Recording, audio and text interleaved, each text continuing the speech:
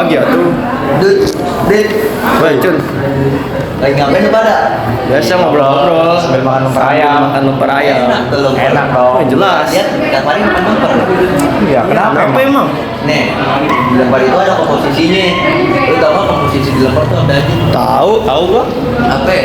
Isinya tuh ada beras ketan, Ada ayam. ada santan. Santan itu buat ngolah si beras ketannya. Nah, itu semua kan komposisinya. Iya. Ini ada nutrisi di lemper tuh apa aja? Apa? Wah, Banyak tahu sih gua, pasti. Nggak tahu. Nih kejelasin. Yang pertama ada karbohidrat. Beda. Karbohidrat ini terkandung di beras ketan itu sendiri. Fungsinya tahu nggak? Wah, nggak tahu gua. Cun. Nggak tahu. Ya. Karbohidrat ini fungsinya sebagai sumber energi utama di tubuh kita.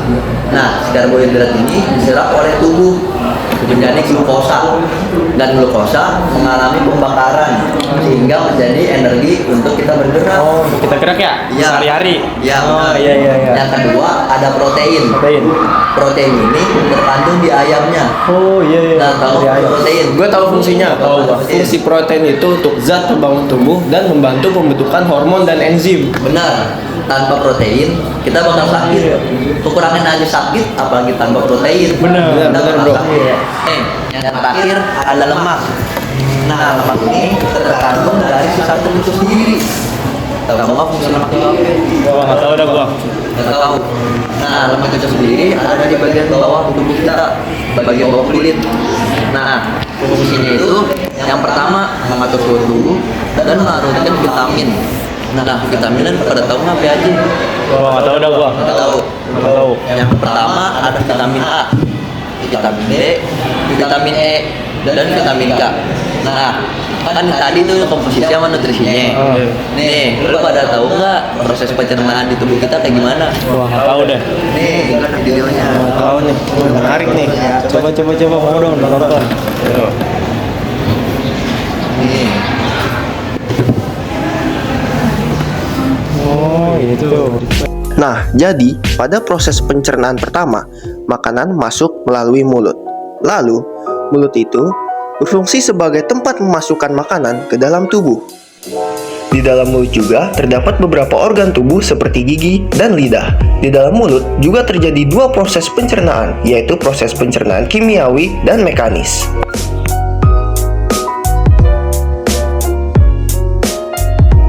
Lalu, gigi berfungsi untuk menghancurkan makanan menjadi bentuk yang lebih halus dan tidak berbahaya untuk tubuh. Nah, pada proses ini, makanan dapat lebih mudah dicerna oleh organ pencernaan lain. Gigi sendiri dibagi menjadi 3 bagian. Yang pertama, ada gigi seri dengan ciri-ciri berbentuk seperti pahat dan berfungsi untuk memotong dan menggigit makanan.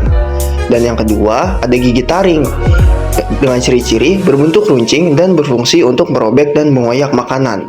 Dan yang terakhir, ada gigi geraham dengan ciri-ciri berbentuk besar dan lebar, berfungsi untuk menggilas makanan.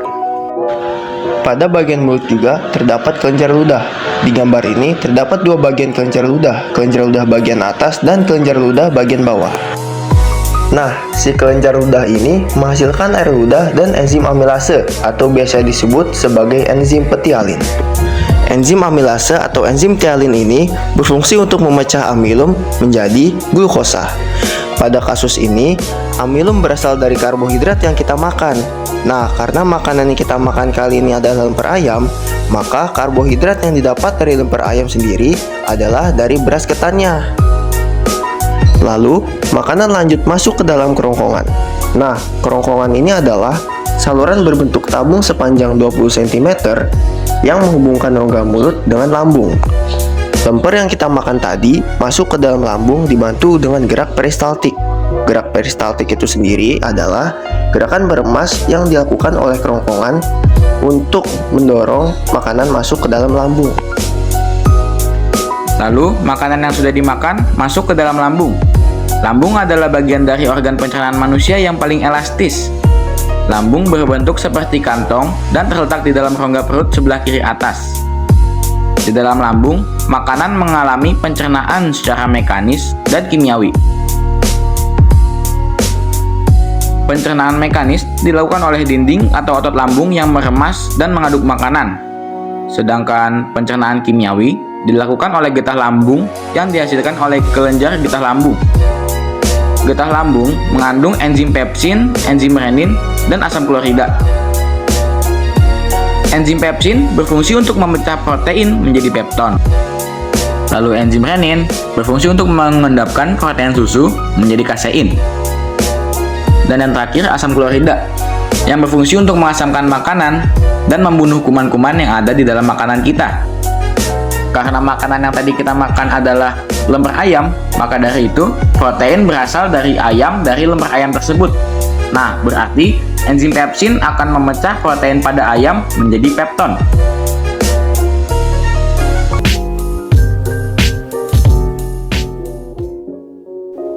Lalu, makanan yang sudah diproses di lambung akan masuk ke usus halus. Usus halus merupakan usus terpanjang dalam saluran cerna karena panjangnya mencapai 6 hingga 7 meter. Di dalam usus halus terdapat cairan khusus yang membantu melancarkan pencernaan makanan.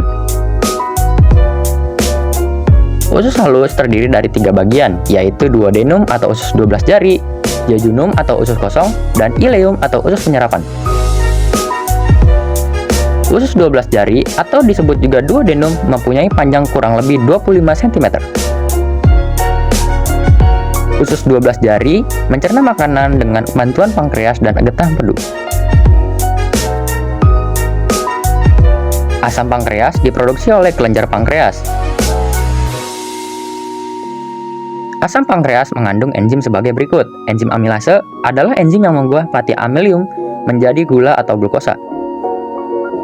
Enzim tripsin adalah enzim yang mengubah pepton menjadi asam amino.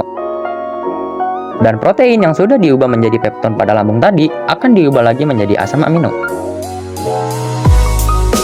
Lalu, enzim lipase adalah enzim yang mengubah lemak menjadi asam lemak dan gliserol. Sedangkan getah empedu diproduksi oleh hati dan disimpan dalam kantong empedu. Getah empedu berfungsi untuk menghancurkan lemak. Nah, jadi bahan santan yang dipakai untuk memasak beras ketan tadi akan dipecah oleh enzim lipase dan dihancurkan oleh getah empedu. Selanjutnya ada usus kosong atau jejunum. Terletak di antara usus 12 jari atau duodenum dan usus penyerapan atau ileum. Jejunum memiliki panjang sekitar 2,5 meter dan berfungsi untuk mencerna makanan dari duodenum. Terakhir, usus penyerapan atau ileum merupakan tempat penyerapan sari-sari makanan. Jika kita zoom in ke dalam dinding usus halus, kita akan melihat ujung-ujung pembuluh darah di dalam villi. Pada seluruh permukaan dinding terdapat ujung-ujung pembuluh darah yang menyerap sari-sari makanan.